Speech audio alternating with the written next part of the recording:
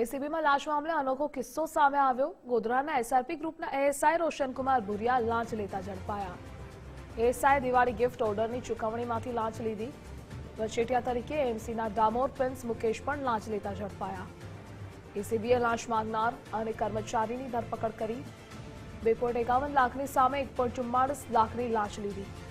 Gift article વેપારીએ એસીબીને ફરિયાદ કરતા ઝડપી પાડ્યા।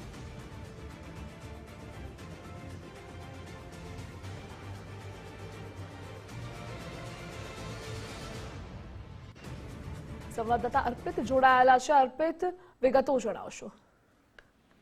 નવેમ્બર એટલે કે દિવાળી દરમિયાનની વાત હતી, જ્યારે દિવાળીના સમય દરમિયાન અલગ અલગ સહકારી મંડળીઓ અને અલગ અલગ સંસ્થાઓ ગિફ્ટ લેતી હોય છે અને એના સભાસદોને આપતી હોય છે।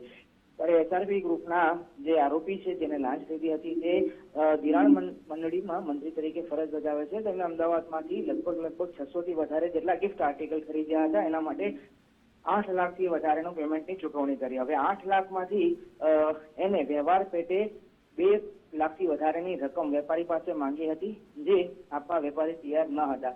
તેના કારણે એસીબીનો સંપર્ક કરવામાં આવ્યો અને એસીબી આખી ટ્રેપ ગોઠવી હતી અને આ આખી ટ્રેપમાં ગોધરાના એસઆરપી જવાન છે, એની સાથે અમદાવાદમાં સોલિડ વેસ્ટ વિભાગમાં કોર્પોરેશનમાં ફરજ બજાવે છે, એમને પણ આમાં મદદગીરી કરી હતી અને એ માટે એમની સામે પણ ફરિયાદ નોંધાઈ અને બંને આરોપીની ધરપકડ કરી લીધી છે। પણ આ એક યુનિક અને અલગ જ પ્રકારનો કિસ્સો સામે આવ્યો છે કે જ્યાં પોતે ખરીદનાર હોય એને વેપારી પાસે લાંચ માંગી હોય, વ્યવહાર પેટે લાંચ માંગી હોય અને એની સામે ફરિયાદ નોંધાયા બાદ એની ધરપકડ કરવામાં આવી હોય।